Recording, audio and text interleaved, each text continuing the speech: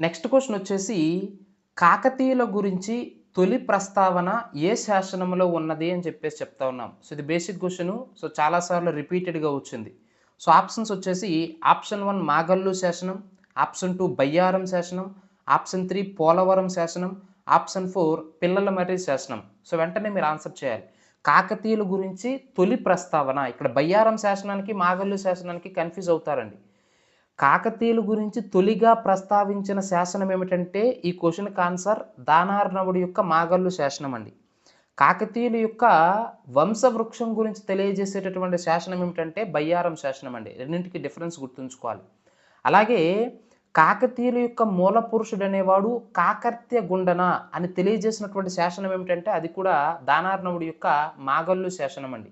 ప్రధానంగా ఈ యొక్క మాగల్లు శాసనం ప్రకారము మొదటి బేతరాజు ఎవరైతే ఉంటారో ఈయనే కాకతీయ సామ్రాజ్య స్థాపకుడుగా చెప్తా ఉంటారు మొదటి బేతరాజుని.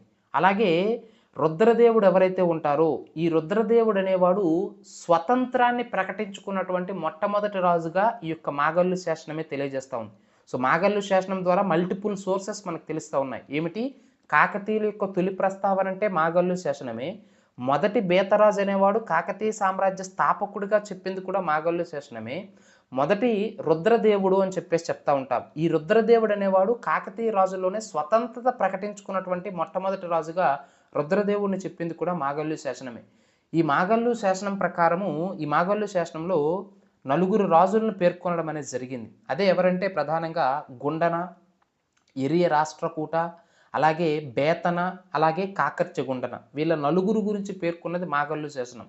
అలాగే ఇదే మాగల్లు శాసనం కాకతీయులు అనేవారు ఇంతకుముందు రాష్ట్రకూటుల కింద సామంతులుగా ఉండేవారు అని తెలియజేసేది కూడా ఈ యొక్క మాగల్లు శాసనమేనండి.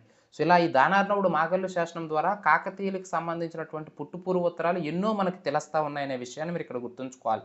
మాగల్లు శాసనాన్ని జారీ చేసింది ఎవరంటే దానార్ణవుడు.